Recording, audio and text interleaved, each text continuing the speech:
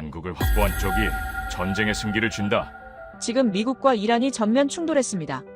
48시간 만에 국제 유가가 20% 급등하고 중동 주요 항만과 공항이 마비됐습니다. 전 세계가 확전의 공포에 숨을 죽이고 있는 이 순간 전혀 어울리지 않는 이름이 전략회의실에서 반복되고 있습니다. 바로 대한민국입니다. 왜 전쟁을 논하는 자리에서 한반도가 언급되고 있는 걸까요? 그 전율 돋는 국격의 실체를 지금 공개합니다. 어디서 듣고 계신가요? 구독과 좋아요 잊지 마세요. 안녕하세요. 저는 마이클 로웰입니다. 국제정치학을 가르친 지 30년이 넘었고 한때는 국방전략자문으로 일하기도 했죠. 오늘 아침 강의실에 들어서는 순간 학생들의 얼굴에서 피로가 역력히 보였습니다. 어젯밤 터진 뉴스 때문이었어요. 미국과 이란의 충돌이 전면전으로 번지고 호르무즈 해협에서 미군 함정이 공격받았으며 국제유가가 하루 만에 20%나 폭등했다는 속보가 밤새 쏟아졌습니다. 세계 증시는 3조 달러가 증발했고 유럽과 아시아 시장은 패닉에 빠졌죠. 저는 가방을 내려놓고 칠판 앞에 섰습니다. 학생들은 불안한 눈빛으로 저를 바라봤어요. 특히 데이비드 밀러는 팔짱을 낀 채 턱을 치켜세우고 있었는데 해병대 출신답게 미국 군사력에 대한 절대적 신뢰가 그의 표정에 그대로 드러나 있었습니다. 파티마 하산은 창밖을 멍하니 바라보고 있었고 리웨이는 노트북 화면에서 중국 언론 보도를 훑어보고 있었죠. 제가 입을 열었습니다. 여러분, 이번 사태를 어떻게 보고 계십니까? 데이비드가 바로 손을 들었어요. 그는 이란이 먼저 도발했고 미국이 응징하는 건 당연하다고 말했습니다. 군사력 차이가 압도적이니 곧 끝날 거라는 확신도 덧붙였죠. 몇몇 학생들이 고개를 끄덕였지만 저는 천천히 고개를 저었습니다. 그건 절반만 맞는 이야기입니다. 전쟁이 터진 건 사실이지만 이건 단순한 보복전이 아니에요. 저는 칠판에 수도관 그림을 그리기 시작했습니다. 굵은 파이프 하나를 그리고 그 위에 밸브를 표시했죠. 학생들이 의아한 표정으로 칠판을 쳐다봤습니다. 호르무즈 해협은 세계 경제의 수도관입니다. 이 좁은 통로로 전 세계 원유의 약 20%가 통과해요. 중동에서 생산된 석유가 아시아로 유럽으로 실려나가는 유일한 길이죠. 이 수도관이 잠기면 어떻게 될까요? 파티마가 조용히 말했습니다. 기름값이 오르겠죠. 저는 고개를 끄덕이며 대답했어요. 맞습니다. 하지만 그게 끝이 아닙니다. 기름값이 오르면 모든 물가가 오르고 공장이 멈추고 비행기가 뜨지 못하고 전기료가 폭등하죠. 경제가 멈춘다는 건 그런 의미입니다. 이란은 바로 그 수도꼭지를 쥐고 있어요. 미국이 공격하면 이란은 해협을 봉쇄하겠다고 선언했습니다. 기뢰를 뿌리고 미사일을 쏘고 드론을 날려서 어떤 유조선도 통과하지 못하게 만들겠다는 거죠. 데이비드가 비웃듯 말했습니다. 미 해군이 그걸 가만 놔둘까요? 저는 그를 바라봤어요. 물론 가만히 있지 않죠.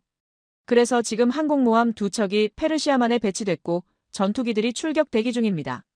하지만 문제는 이란도 바보가 아니라는 겁니다. 그들은 미국과 정면으로 맞붙어서 이길 수 없다는 걸 잘 알아요. 그래서 다른 방식을 선택했죠. 비대칭 전략입니다. 저는 칠판에 작은 점들을 여러 개 찍었습니다. 이란은 값싼 드론 수백 대를 동시에 날립니다. 한 대당 제작비가 100만 원도 안 되는 드론들이에요. 하지만 이걸 막으려면 수십억 원짜리 미사일을 써야 하죠. 계산이 안 맞습니다. 이란은 돈을 조금 쓰고 미국은 엄청난 비용을 감당해야 해요. 게다가 이란 뒤에는 누가 있습니까? 러시아와 중국이 버티고 있죠. 무기를 공급하고 경제 제재를 우회할 루트를 열어주고 외교적으로 지원합니다. 리웨이가 끼어들었습니다. 그럼 미국은 질 수도 있다는 건가요? 저는 고개를 저었어요. 아니요. 미국이 지는 건 아닙니다. 하지만 쉽게 이기지도 못해요. 전쟁은 한 달, 두 달, 어쩌면 1년 넘게 이어질 수 있습니다. 그동안 세계 경제는 휘청거리고 미국의 동맹국들은 엄청난 부담을 떠안게 되죠. 유럽은 에너지 위기를 겪을 거고 아시아는 물류 대란에 빠질 겁니다. 이건 미국 대 이란의 싸움이 아니에요. 세계 전체가 흔들리는 구조적 위기입니다. 강의실이 조용해졌습니다.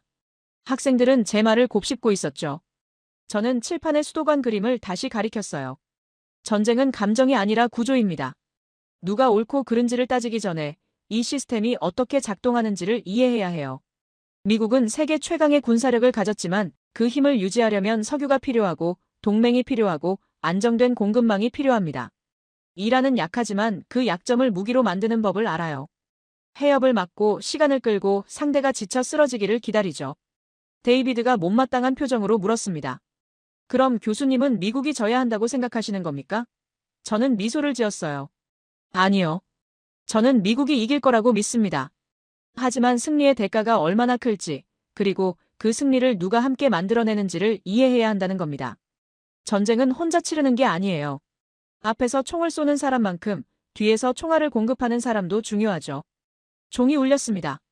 학생들은 천천히 자리에서 일어났지만 여전히 복잡한 표정들이었어요. 저는 가방을 챙기며 생각했습니다. 이제 진짜 이야기를 시작할 때가 왔구나.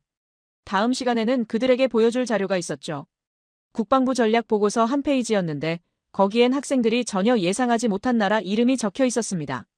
다음 날 학생들은 여전히 뉴스에 쏟아지는 중동 전쟁 속보에 피곤한 얼굴을 하고 있었어요. 데이비드 밀러는 이번에도 앞자리에 앉아 팔짱을 끼고 있었고 파티마 하산은 노트를 펼쳐놓은 채 조용히 기다리고 있었습니다. 리웨이는 노트북으로 중국 언론의 분석 기사를 읽고 있었죠. 저는 서류 가방에서 한 장의 문서를 꺼내 책상 위에 올려놓았습니다. 지난 시간에 우리는 이 전쟁이 단순한 보복전이 아니라 세계 경제 전체를 흔드는 구조적 위기라는 걸 이야기했습니다. 저는 학생들을 천천히 둘러봤어요. 오늘은 한 발 더 들어가 보겠습니다. 미국이 이 전쟁을 실제로 어떻게 치르고 있는지, 그리고 그 과정에서 누구에게 의존하고 있는지 말이죠. 저는 프로젝터를 켜고 국방부 전략 분석국에서 나온 보고서를 화면에 띄웠습니다. 제목은 간결했어요. 중동 분쟁 시 작전 지속 능력 평가. 화면에는 여러 국가 이름이 나열되어 있었습니다. 미국, 영국, 프랑스, 독일, 사우디아라비아, 아랍에미리트, 이스라엘, 그리고 맨 아래쪽에 대한민국이라는 이름이 보였어요. 학생들은 화면을 응시했지만 아무도 입을 열지 않았습니다. 저는 레이저 포인터를 들어 대한민국이라는 글자를 가리켰죠. 여러분, 이 목록에서 어색한 이름이 하나 보이지 않습니까? 데이비드가 즉시 손을 들었습니다. 교수님, 한국이요. 왜 한국이 저기 들어가 있습니까? 그의 목소리에는 진짜 의아함이 묻어났어요. 리웨이도 고개를 갸우뚱거렸고 파티마는 눈을 가늘게 뜨고 화면을 들여다봤습니다. 저는 레이저 포인터를 내려놓고 강단 앞으로 걸어갔어요. 정확히 여러분이 가져야 할 질문입니다. 중동 전쟁과 한국이 무슨 관계가 있을까요? 지리적으로도 멀고 직접적인 이해관계도 없어 보이는데 말이죠. 저는 칠판에 간단한 도표를 그리기 시작했습니다. 가운데 전쟁이라는 단어를 크게 쓰고 그 주위에 3개의 원을 그렸어요. 첫 번째 원에는 전투라고 적었고 두 번째 원에는 보급, 세 번째 원에는 지속이라고 썼습니다. 전쟁을 이해하려면 이 3가지를 구분해야 합니다. 전투는 총을 쏘고 폭탄을 떨어뜨리는 행위예요. 보급은 그 총알과 폭탄을 계속 공급하는 일이고 지속은 그 모든 걸 오래 버티게 만드는 시스템이죠. 데이비드가 끼어들었습니다. 미국은 그 3가지를 다 갖고 있지 않습니까? 세계 최강의 군대잖아요. 저는 고개를 끄덕였어요. 맞습니다.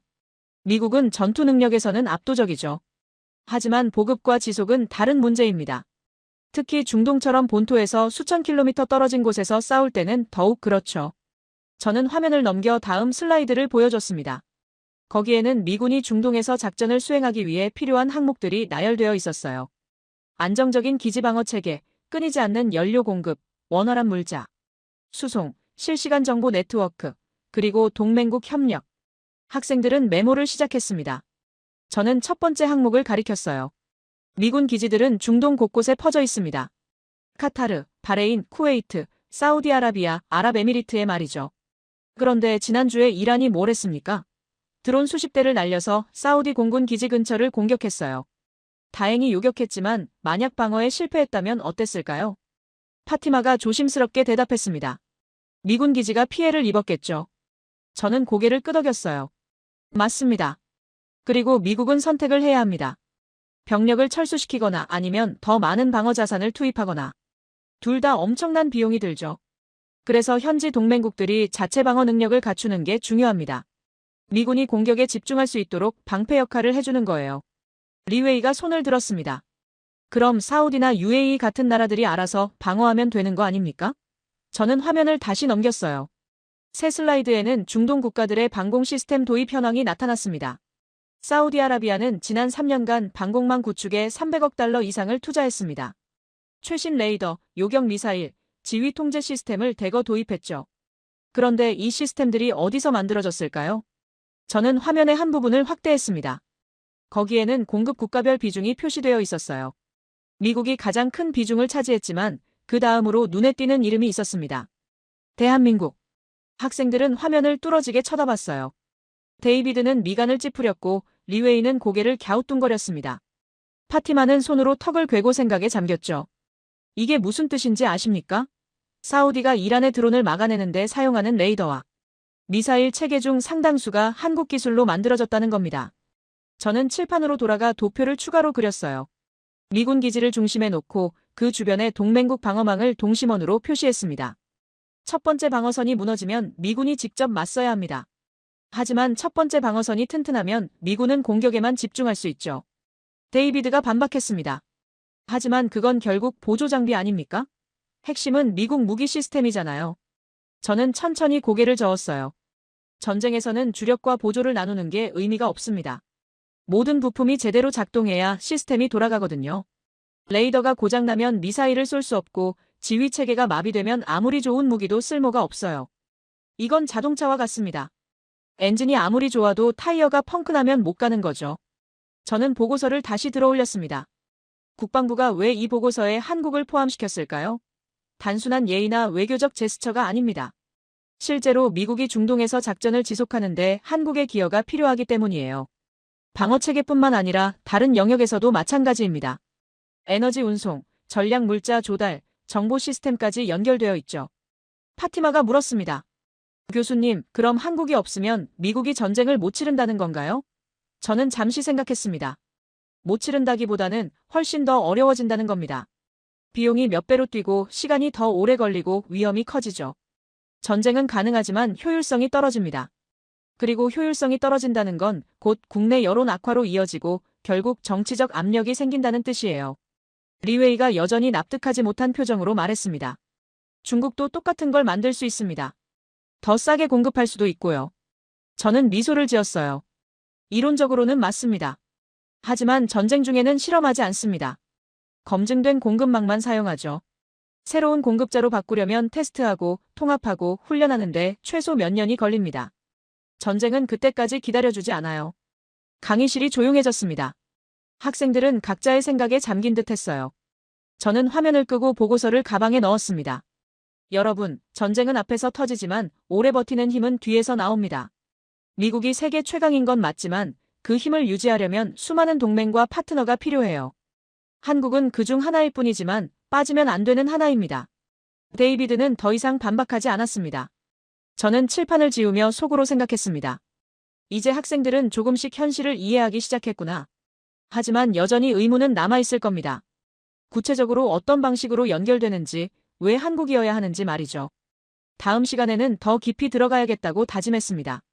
드론 공격의 경제학, 그리고 왜 값싼 무기가 전쟁의 판도를 바꾸는지에 대해서요. 일주일이 지났습니다. 강의실 분위기는 지난 시간과 확연히 달라져 있었어요. 학생들은 저마다 노트북을 열어놓고 스스로 자료를 찾아본 흔적이 역력했습니다.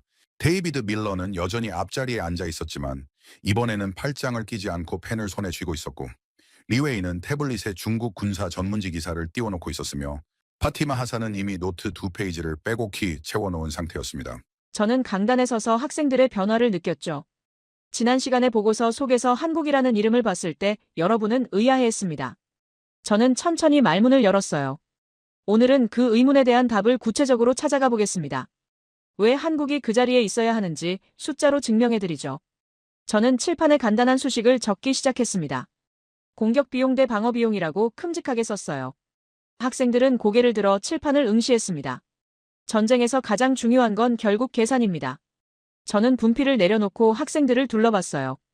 얼마나 오래 버틸 수 있는가, 얼마나 많은 비용을 감당할 수 있는가의 문제죠. 아무리 강력한 군대라도 돈이 바닥나면 싸울 수 없습니다. 저는 프로젝터를 켰습니다. 화면에는 이란제 드론 한 대의 사진이 나타났어요. 샤헤드 136이라는 기종이었습니다. 학생들은 화면 속 삼각형 모양의 작은 비행체를 뚫어지게 바라봤죠. 이 드론 한 대의 제작 비용이 얼마인지 아십니까? 침묵이 흘렀습니다. 저는 숫자를 화면에 띄웠어요. 대략 2만 달러에서 3만 달러 정도입니다. 우리 돈으로 3천만 원도 안 되는 가격이죠. 중고 승용차 한 대 값입니다. 데이비드가 즉시 손을 들었어요.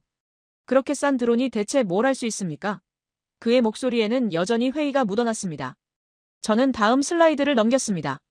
화면에는 불길에 휩싸인 정유시설 사진이 나타났어요. 2019년 9월 사우디 아람코 석유 시설이 공격받았습니다. 이란의 드론과 순항미사일 공격으로 사우디 석유 생산량의 절반이 하루아침에 멈췄죠. 세계 원유 공급의 5%가 증발했고 국제유가는 즉시 20% 가까이 치솟았습니다. 3천만 원짜리 무기 몇십 대가 세계 경제를 흔든 겁니다.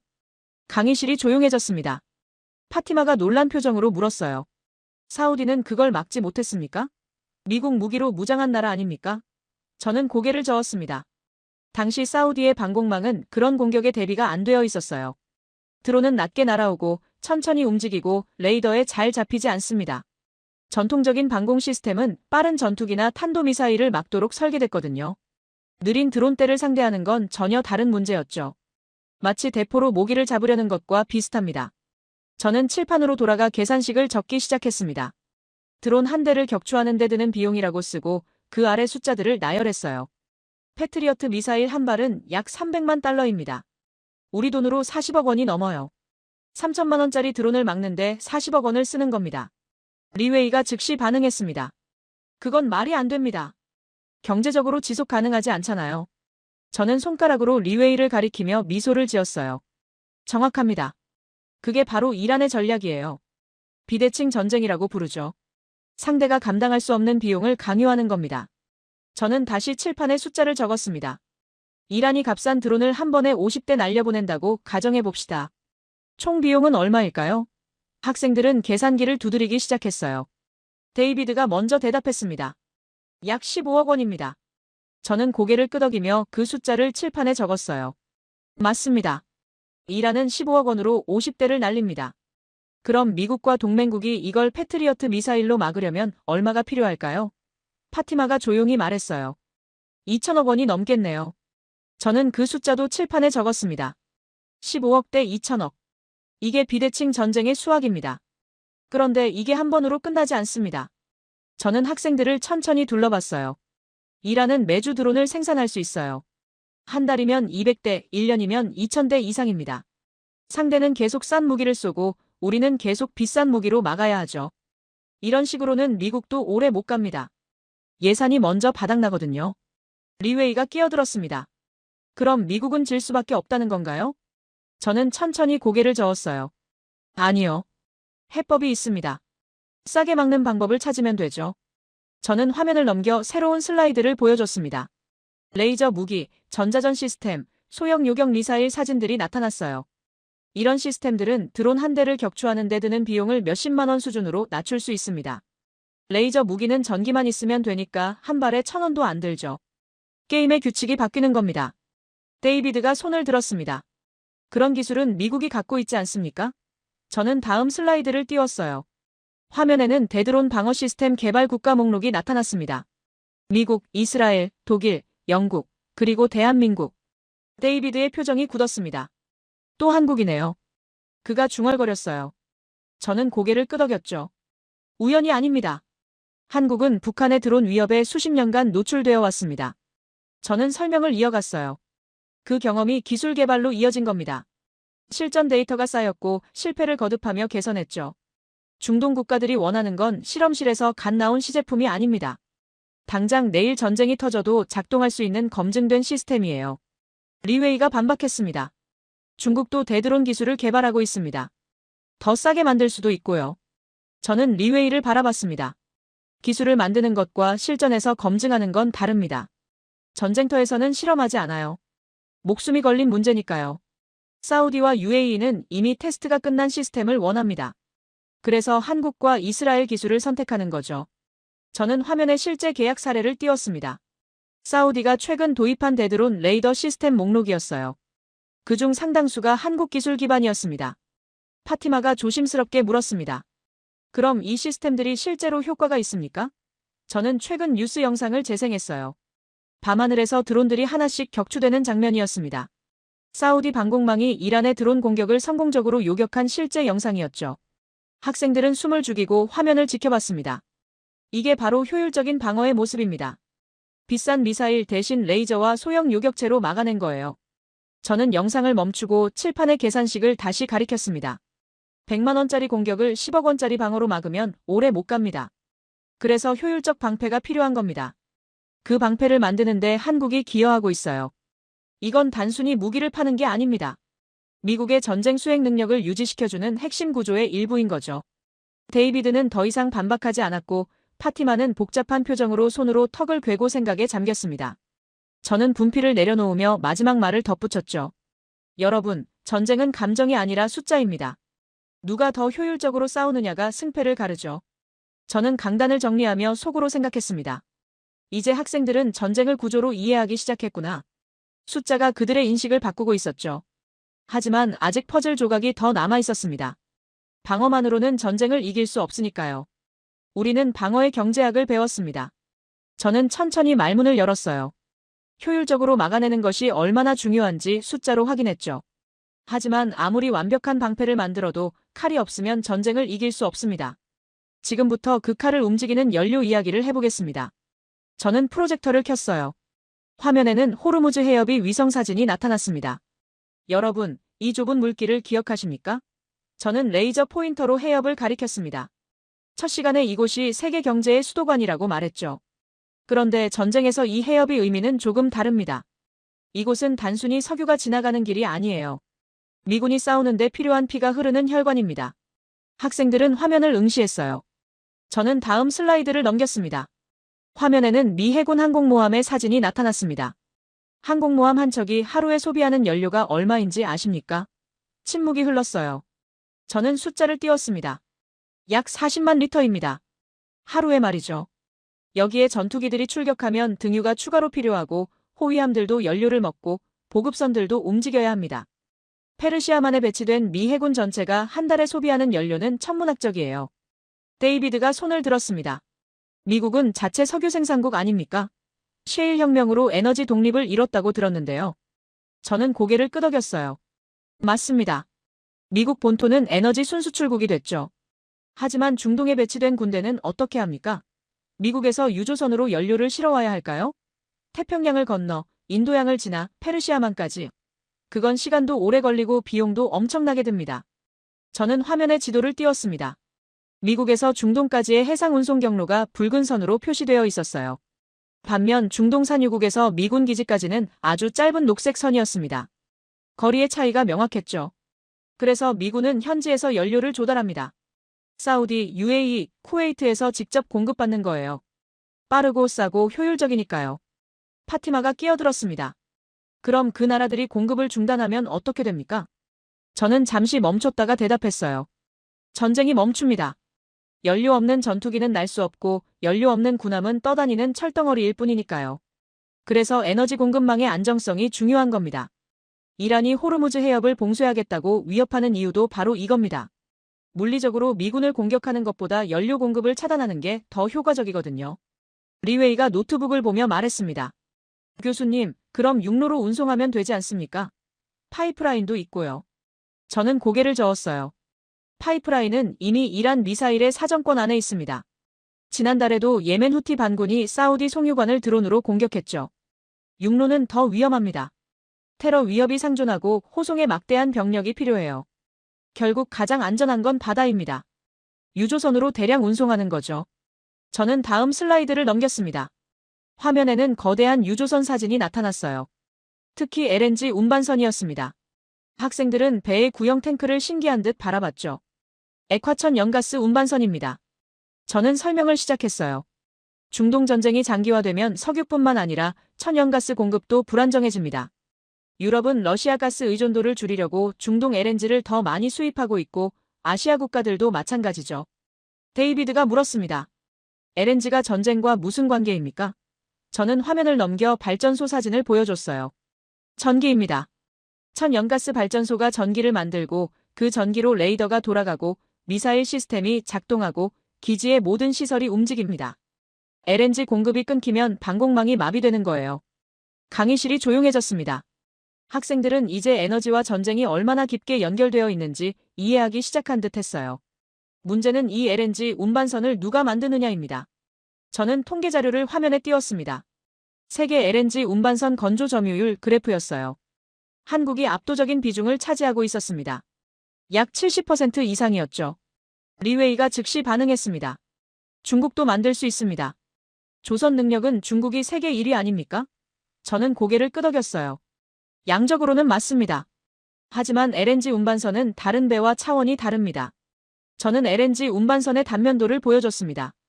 영하 160도의 액화가스를 안전하게 운반하려면 특수기술이 필요해요. 탱크 설계, 단열 기술, 안전 시스템 모두 최고 수준이어야 합니다.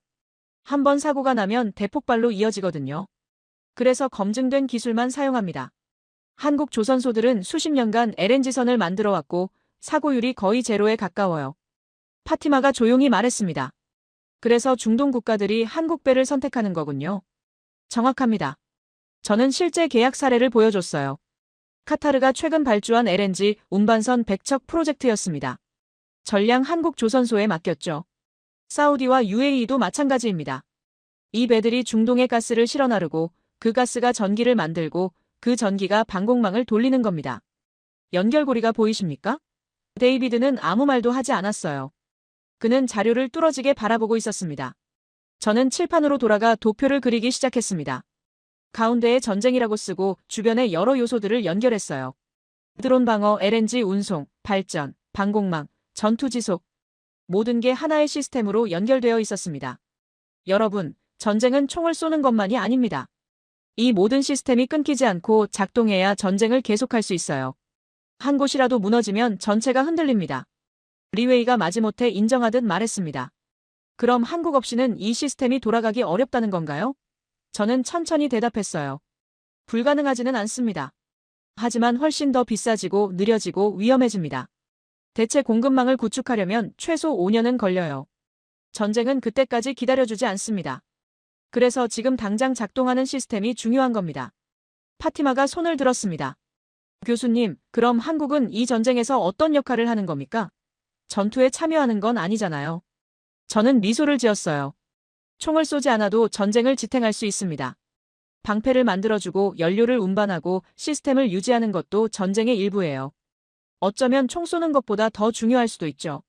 전투는 며칠이면 끝나지만 이런 시스템은 몇 달, 몇 년을 지탱해야 하니까요. 데이비드가 드디어 입을 열었습니다. 교수님, 저는 처음에 한국이 왜 보고서에 나오는지 이해할 수 없었습니다. 하지만 이제 조금씩 보이는 것 같아요. 저는 고개를 끄덕였죠. 그게 중요합니다. 겉으로 보이는 것만이 전부가 아니에요. 전쟁의 속을 들여다봐야 진짜 구조가 보입니다. 리웨이도 노트북을 덮으며 고개를 끄덕였어요. 파티마는 여전히 복잡한 표정이었지만 이제는 이해한다는 눈빛이었습니다. 저는 생각했죠. 이제 학생들은 전쟁을 다층적으로 이해하기 시작했구나. 하지만 아직 한 조각이 더 남아 있었습니다. 눈에 보이지 않는 전쟁, 정보와 기술의 싸움 말이에요. 일주일 후 강의실 분위기는 완전히 달라져 있었습니다. 학생들은 수업 시작 전부터 자리에 앉아 자료를 검토하고 있었어요. 지난 시간에 우리는 에너지 공급망을 배웠습니다. 저는 천천히 말을 시작했어요. 연료가 없으면 전쟁을 계속할 수 없다는 걸 확인했죠. 하지만 연료만으로는 충분하지 않습니다. 오늘은 눈에 보이지 않는 전쟁 이야기를 하겠습니다. 저는 프로젝터를 켰어요. 화면에는 인공위성 궤도 이미지가 나타났습니다. 지구 주위를 도는 수많은 점들이었죠. 현대 전쟁은 우주에서 시작됩니다. 저는 레이저 포인터로 화면을 가리켰어요. 이 위성들이 없으면 미군은 눈먼 거인이 됩니다. GPS 없이 미사일은 목표를 찾을 수 없고 정찰 위성 없이는 적의 움직임을 볼 수 없으며 통신 위성 없이는 명령을 전달할 수 없죠. 전쟁은 더 이상 땅에서만 벌어지지 않습니다. 우주와 사이버 공간에서도 동시에 진행되는 겁니다. 데이비드가 손을 들었습니다. 그건 전부 미국 기술 아닙니까? GPS도 미국이 만들었고 군사위성도 미국이 운영하는데요. 저는 고개를 끄덕였어요. 맞습니다. 위성은 미국이 쏘아 올립니다. 하지만 그 위성이 보내는 신호를 받아서 처리하는 지상 시스템은 어떻게 될까요? 저는 다음 슬라이드를 넘겼습니다. 화면에는 복잡한 네트워크 다이어그램이 나타났어요. 위성에서 내려오는 데이터는 지상국에서 받습니다. 저는 설명을 이어갔어요. 그 데이터를 실시간으로 처리하고 분석하고 전달하는 시스템이 필요하죠. 레이더 정보, 통신 신호, 영상 데이터가 초당 수십 기가바이트씩 쏟아집니다. 이걸 처리하려면 고성능 반도체가 필수예요. 파티마가 끼어들었습니다. 반도체요? 컴퓨터 칩 말씀이신가요? 저는 고개를 끄덕였습니다. 정확히는 군사용 반도체입니다. 저는 화면에 작은 칩 사진을 띄웠습니다. 이 작은 칩 하나가 전투기의 레이더를 돌리고 미사일의 유도 시스템을 작동시키고 방공망의 계산을 처리합니다. 문제는 이런 고성능 반도체를 만드는 나라가 많지 않다는 겁니다. 리웨이가 즉시 반응했어요. 미국도 만들고 중국도 만듭니다. 대만도 세계 최고 수준이고요. 저는 천천히 고개를 저었습니다. 양산은 다른 문제입니다. 저는 반도체 공급망 지도를 보여줬어요. 최첨단 반도체를 설계하는 건 미국이 잘하죠. 하지만 실제로 대량 생산하는 건 다른 이야기입니다. 공장을 짓고 장비를 들여놓고 수율을 안정화시키는데 수년이 걸려요. 전쟁 중에는 그런 시간이 없습니다. 지금 당장 작동하는 공급망이 필요한 겁니다. 데이비드가 물었습니다. 그럼 대만 아닙니까? TSMC가 세계 최고라고 들었는데요. 저는 잠시 멈췄다가 대답했어요. 대만은 확실히 최고 수준입니다. 하지만 지정학적 위험이 있죠. 중국과 대만 사이의 긴장이 높아지면 공급이 불안정해집니다. 그래서 미국은 공급망을 다변화하려고 노력하고 있어요. 저는 다음 슬라이드를 넘겼습니다. 화면에는 여러 국가의 반도체 생산 능력 그래프가 나타났습니다. 메모리 반도체 분야에서 한국이 압도적입니다. 저는 그래프를 가리켰어요. 특히 고대역폭 메모리, 이른바 HBM이라고 불리는 기술은 한국이 세계 시장의 90% 이상을 차지하죠. 이게 왜 중요하냐면 인공지능 기반 전투 시스템에 필수적이기 때문입니다. 리웨이가 노트북을 두드리며 반박했습니다. 중국도 메모리 반도체를 만듭니다. 자급자족하려고 엄청난 투자를 하고 있고요. 저는 고개를 끄덕였어요. 맞습니다. 하지만 기술 격차가 여전히 큽니다. 최신 세대 메모리는 한국과 미국 기업만 양산하고 있어요. 중국은 2세대 이전 기술을 생산하는 수준이죠. 전쟁에서는 한 세대 차이가 승패를 가를 수 있습니다. 속도가 2배 빠른 시스템과 느린 시스템이 맞붙으면 어떻게 될까요? 강의실이 조용해졌습니다. 저는 실제 사례를 보여줬어요. 최근 우크라이나 전쟁에서 드론 전투의 영상이었습니다. 인공지능이 목표를 식별하고 실시간으로 경로를 수정하고 재밍을 회피하는 장면이었죠. 학생들은 화면을 뚫어지게 바라봤습니다. 이런 시스템이 작동하려면 엄청난 연산 능력이 필요합니다. 그 연산을 담당하는 게 바로 첨단 반도체예요. 파티마가 조심스럽게 물었습니다. 교수님, 그럼 한국이 반도체 공급을 중단하면 미군도 곤란해지는 건가요? 저는 천천히 대답했어요. 즉시 멈추지는 않습니다. 재고가 있으니까요. 하지만 몇 달 후부터는 문제가 생기죠. 새로운 무기를 생산할 수 없고 고장난 장비를 수리할 수 없고 기술 업그레이드도 불가능해집니다. 전쟁이 장기화되면 치명적이에요. 데이비드가 끼어들었습니다. 하지만 미국도 반도체 공장을 짓고 있지 않습니까? 인플레이션 감축법으로 엄청난 돈을 쏟아붓고 있는데요. 저는 고개를 끄덕였습니다. 맞습니다. 애리조나와 텍사스의 TSMC와 삼성이 공장을 짓고 있죠. 하지만 그 공장들이 완전히 가동되려면 아직 몇 년이 더 필요합니다.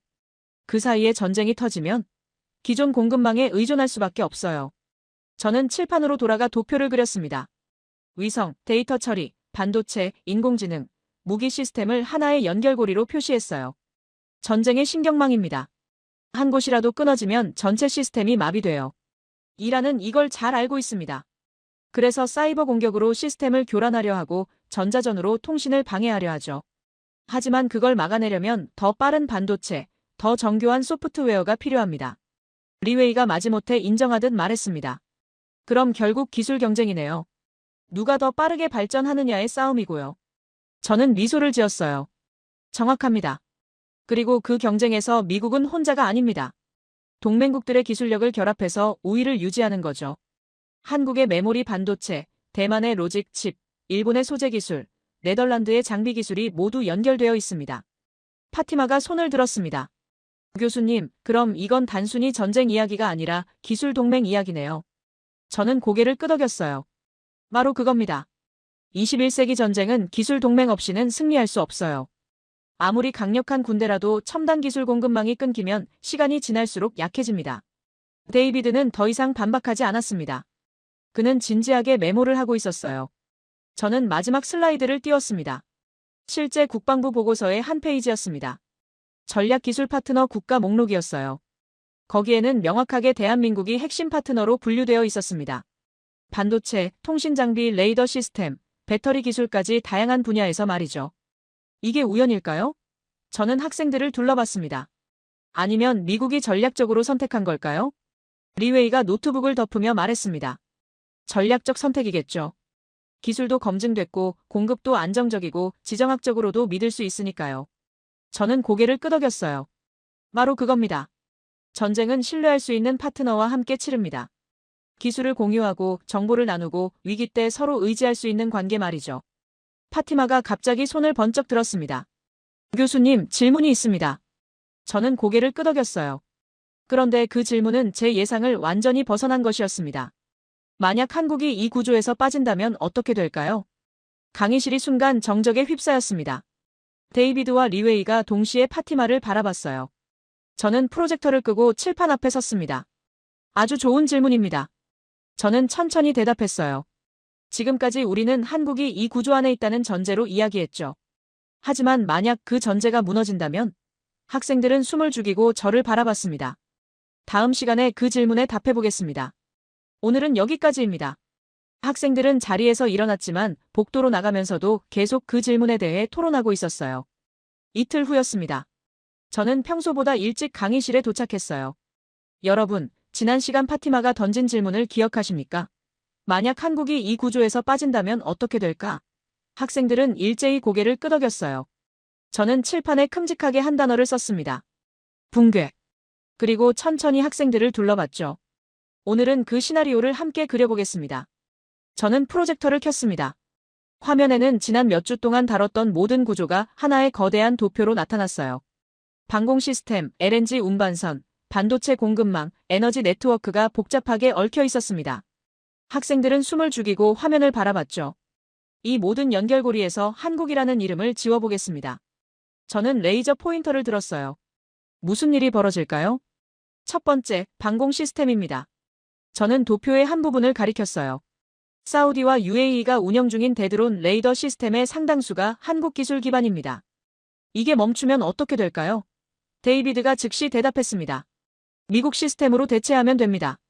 저는 고개를 저었어요. 시간과 비용 문제입니다. 미국 시스템은 한 세트당 가격이 2배 이상 비싸고 납품까지 2년이 걸립니다.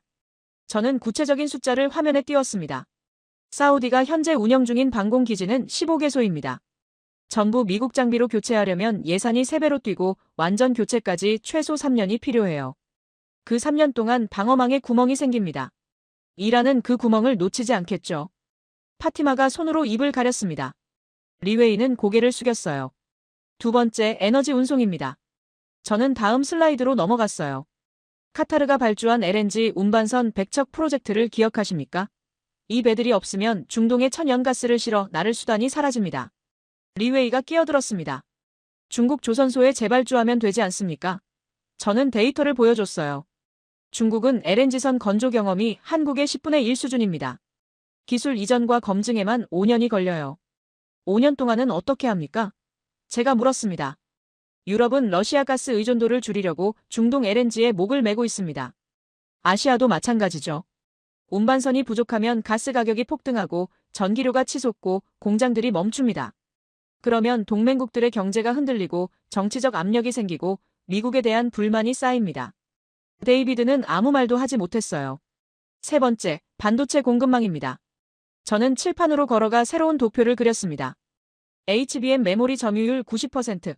이건 대체 불가능한 숫자입니다. 파티마가 조심스럽게 물었어요. 교수님, 미국이 자체 생산 시설을 만들고 있지 않습니까? 저는 고개를 끄덕였습니다. 애리조나와 텍사스 공장들이죠. 하지만 완전 가동은 2028년 목표입니다. 지금 당장 전쟁이 터졌는데 2년을 기다릴 수 있을까요? 저는 화면에 시뮬레이션 결과를 띄웠습니다. 국방부 산하연구소에서 작성한 비공개 보고서였어요. 한국산 반도체 공급이 중단될 경우 미군의 신규 무기 생산은 6개월 내에 30% 감소하고 1년 후에는 절반 이하로 떨어진다는 예측이었습니다. 학생들은 숨을 죽였어요. 이게 단순히 경제 문제가 아니라는 걸 이제 이해한 겁니다. 데이비드가 드디어 입을 열었습니다. 교수님, 그럼 미국은 한국 없이는 전쟁을 제대로 치를 수 없다는 건가요? 저는 잠시 멈췄습니다. 치를 수는 있습니다. 하지만 비용이 몇 배로 뛰고 시간이 몇 배로 늘어나고 동맹이 흔들립니다. 단기전이라면 버틸 수 있어요. 하지만 장기전이 되면 시스템 전체가 삐걱거리기 시작합니다. 저는 칠판에 타임라인을 그렸습니다. 첫 달에는 재고로 버팁니다. 석 달째부터 부품 부족이 시작되고 6개월째부터 작전 차질이 생기고 1년째부터는 전략 전체를 재검토해야 합니다. 이란은 이걸 압니다.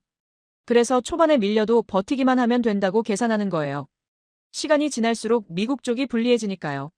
리웨이가 노트북을 덮으며 말했습니다. 그럼 한국은 사실상 미국의 약점이네요. 저는 고개를 저었어요. 반대입니다. 한국은 미국의 강점입니다. 한국이 있기 때문에 미국은 효율적으로 싸울 수 있어요. 만약 한국이 없다면 미국은 훨씬 더 많은 돈과 시간과 자원을 쏟아부어야 합니다. 그게 바로 동맹의 가치죠. 혼자서 모든 걸 다 할 수 있지만 비효율적이냐 아니면 파트너와 함께 효율적으로 하느냐의 차이입니다. 파티마가 손을 들었습니다. 교수님, 그럼 한국은 이 전쟁에서 엄청난 영향력을 가진 건가요? 저는 천천히 대답했어요. 영향력이라는 표현은 조심스럽습니다. 하지만 필수 불가결하다는 건 분명합니다. 빠지면 시스템 전체가 재조정되어야 하는 위치에 있어요. 그게 지난 50년간 한국이 쌓아온 전략적 가치입니다. 데이비드가 자리에서 일어났습니다. 교수님, 솔직히 말씀드리겠습니다. 저는 이 수업을 듣기 전까지 한국을 그냥 미국의 작은 동맹국 정도로만 생각했습니다. 하지만 지금은 다릅니다. 그의 목소리가 떨렸어요. 한국이 없으면 미국의 전쟁 수행 능력 자체가 크게 약화된다는 걸 이해했습니다. 이건 단순한 동맹이 아니라 전략적 필수 요소네요. 저는 고개를 끄덕였습니다. 바로 그겁니다. 전쟁은 보이는 것만이 아닙니다. 총을 쏘는 병사 뒤에는 그 총알을 만드는 공장이 있고, 그 공장을 돌리는 전기가 있고, 그 전기를 만드는 가스가 있고, 그 가스를 운반하는 배가 있습니다. 모든 게 연결되어 있어요.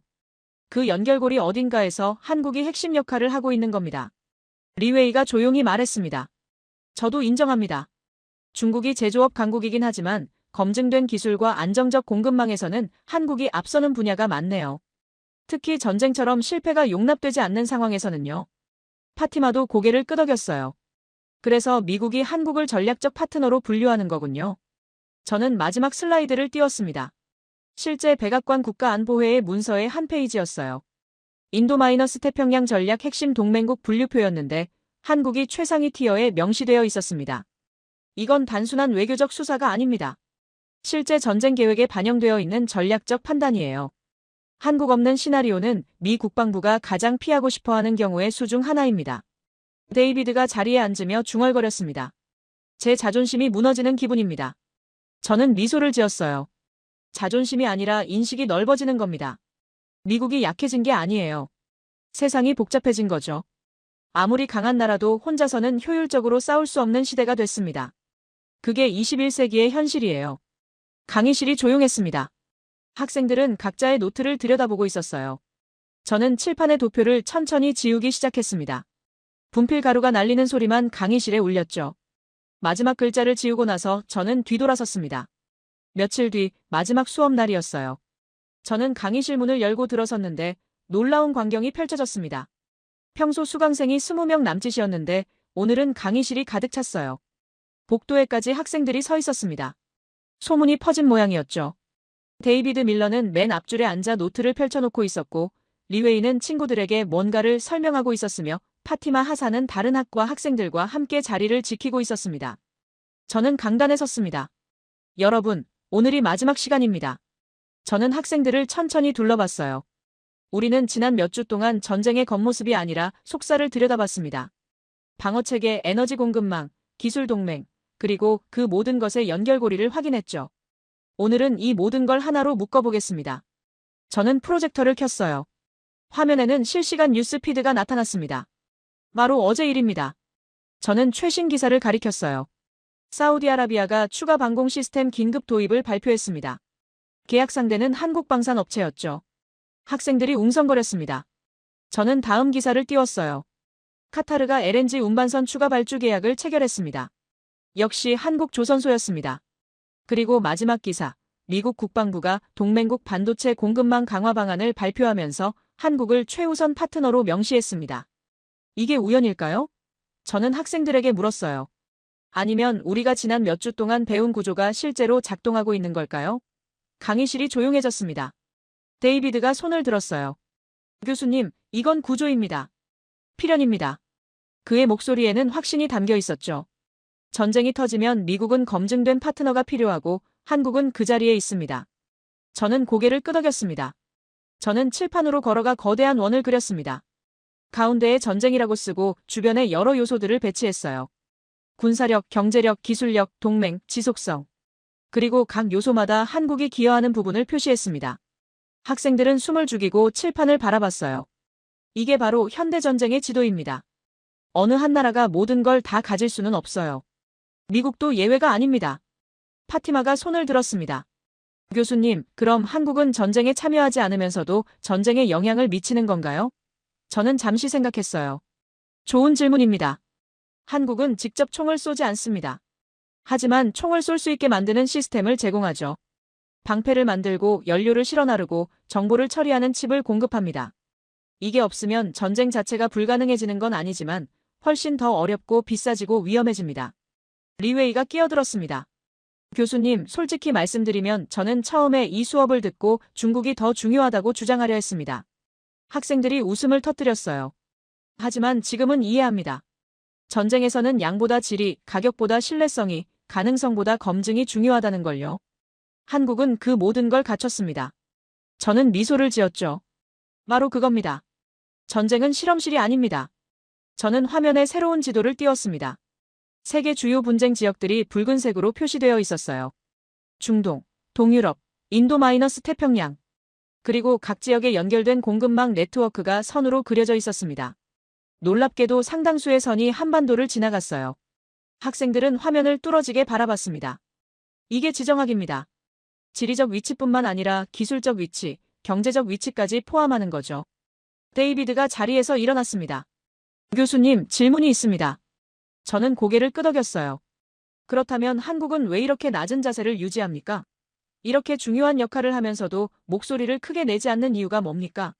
강의실이 조용해졌습니다. 저는 잠시 생각하다가 대답했어요. 그게 바로 전략입니다. 강대국은 힘을 과시합니다. 저는 천천히 말했어요.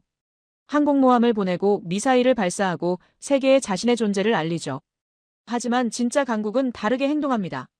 조용히 일하고 시스템을 만들고 필요할 때 호출되기를 기다립니다. 그리고 호출되면 정확히 필요한 걸 제공하죠. 한국은 후자를 선택했습니다. 파티마가 고개를 끄덕였어요. 저는 최종 슬라이드를 띄웠습니다. 지난 70년간 한국의 변화를 보여주는 타임랩스 사진들이었어요. 전쟁의 폐허에서 시작해 산업화, 민주화, 기술 강국으로 발전하는 모습이 압축되어 있었습니다. 학생들은 숨을 죽이고 화면을 바라봤죠. 이 나라는 선택했습니다. 군사력으로 세계를 위협하는 대신 기술력으로 세계를 돕기로요. 고립과 대결 대신 협력과 통합을요. 그 결과가 바로 오늘 우리가 본 구조입니다. 리웨이가 조용히 말했습니다. 그래서 미국이 한국을 필요로 하는 거군요. 저는 고개를 끄덕였어요. 필요는 양방향입니다. 한국도 미국을 필요로 하죠. 안보 우산, 시장 접근, 기술 협력 모두 미국이 제공하는 겁니다. 하지만 이제 그 관계는 일방적이지 않습니다. 상호 의존이에요. 어느 한쪽이 없으면 다른 쪽도 약해지는 구조죠. 데이비드가 노트에 뭔가를 적으며 말했습니다. 교수님, 저는 이 수업을 듣기 전까지 동맹을 약자가 강자에게 기대는 관계라고 생각했습니다. 하지만 지금은 다릅니다. 동맹은 서로가 서로에게 힘이 되는 관계네요. 강자도 약자 없이는 완전하지 못합니다. 저는 박수를 쳤어요. 정확합니다. 그게 바로 21세기 국제관계의 핵심입니다. 저는 프로젝터를 끄고 학생들을 마주봤습니다. 여러분, 우리는 오늘 하나의 여정을 마쳤습니다. 전쟁의 표면에서 시작해 깊숙이 들어갔고 보이지 않던 구조를 발견했죠. 그 구조의 중심에는 예상치 못한 이름이 있었습니다. 대한민국. 하지만 이제 여러분은 그게 우연이 아니라는 걸 압니다. 70년간 쌓아온 선택의 결과라는 걸요. 파티마가 손을 들었습니다. 교수님, 마지막 질문입니다. 앞으로도 이 구조는 계속될까요? 저는 창밖을 바라봤어요. 세상은 변합니다. 새로운 기술이 나오고 새로운 동맹이 형성되고 새로운 위협이 등장하죠. 하지만 한 가지는 변하지 않습니다. 전쟁은 여전히 시스템의 싸움이고 그 시스템을 만드는 나라가 힘을 갖는다는 것. 한국이 계속 혁신하고 협력하고 신뢰를 쌓는다면 그 자리는 유지될 겁니다. 강의실이 조용했습니다. 저는 마지막 말을 했어요. 여러분이 오늘 배운 건 한국에 대한 이야기만이 아닙니다. 어떻게 작은 나라가 큰 영향력을 가질 수 있는지, 어떻게 전쟁 없이도 전쟁을 움직일 수 있는지, 어떻게 힘을 과시하지 않고도 강해질 수 있는지에 대한 이야기예요.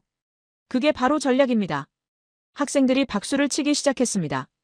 데이비드가 자리에서 일어나 악수를 청했습니다. 교수님, 제 인생을 바꾼 수업이었습니다. 저는 해병대 출신으로서 힘만 믿었는데 이제는 시스템을 봅니다. 리웨이도 다가왔어요. 저는 중국으로 돌아가 이 관점을 공유하겠습니다. 협력이 대결보다 강하다는 것을요. 파티마는 눈물을 글썽이며 말했습니다. 교수님, 전쟁이 무섭지 않다는 게 아니라 이해할 수 있다는 걸 배웠어요. 학생들이 하나씩 강의실을 나갔습니다. 저는 홀로 남아 칠판을 바라봤어요. 거기에는 여전히 큰 원과 연결선들이 그려져 있었습니다. 저는 마지막 문장을 추가로 썼습니다. 필요해질 때 호출되는 나라. 그리고 분필을 내려놓았죠. 창밖으로 학생들이 복도에서 여전히 토론하는 모습이 보였습니다. 제 역할은 끝났습니다. 이제 그들이 이 지식을 세상에 전할 차례였어요. 저는 가방을 챙기며 생각했습니다. 오늘도 세계 어딘가에서 전쟁이 벌어지고 있고 한국에서는 공장이 돌아가며 배를 만들고 칩을 생산하고 있을 겁니다. 조용히, 묵묵히, 그러나 확실하게. 총성이 울리는 곳은 중동이지만 그 전쟁을 가능하게 만드는 시스템의 일부는 한반도에서 작동하고 있습니다. 그게 바로 현대전쟁의 진실이었죠. 어떻게 들으셨나요? 여러분, 기억하십니까? 수십 년 전 우리가 허리띠를 졸라매며 거친 모래바람 속에 세웠던 조선소와 공장, 그리고 밤을 새워 기름때 묻은 손으로 일궈냈던 그 기술들이 지금 세계 어디에서 쓰이고 있는지 아십니까? 지금 중동 하늘에 전쟁의 먹구름이 짙게 깔리고 전 세계가 공포에 질려 있어도 세계 경제의 거대한 동맥이 끝내 끊어지지 않는 이유가 있습니다. 수백 대의 드론이 벌떼처럼 하늘을 뒤덮어 습격해와도 동맹국들이 흔들림 없이 버텨낼 수 있는 비결, 그리고 위성에서 쏟아지는 방대한 정보를 실시간으로 처리해 전장의 승패를 읽어내는 그 압도적인 힘의 한 축에 바로 우리 대한민국이 서 있습니다. 총성이 울려 퍼지는 곳은 저 멀리 타국의 땅 중동이지만 그 거대한 전쟁의 판을 밑바닥부터 지탱하는 보이지 않는 힘의 근원은 바로 우리에게 있습니다.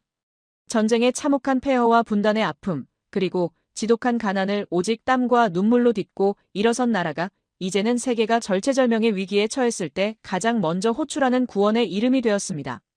강대국은 자신의 힘을 과시하려 들지만 진정한 강국은 위기의 순간에 그 존재 가치가 증명되는 법입니다. 지금 전 세계라는 거대한 체스판 위에서 누구보다 조용히 그러나 그 어떤 나라보다 단단하게 세계의 중심을 지탱하고 있는 이름. 그것은 바로 우리가 피땀 흘려 만든 위대한 나라, 대한민국입니다.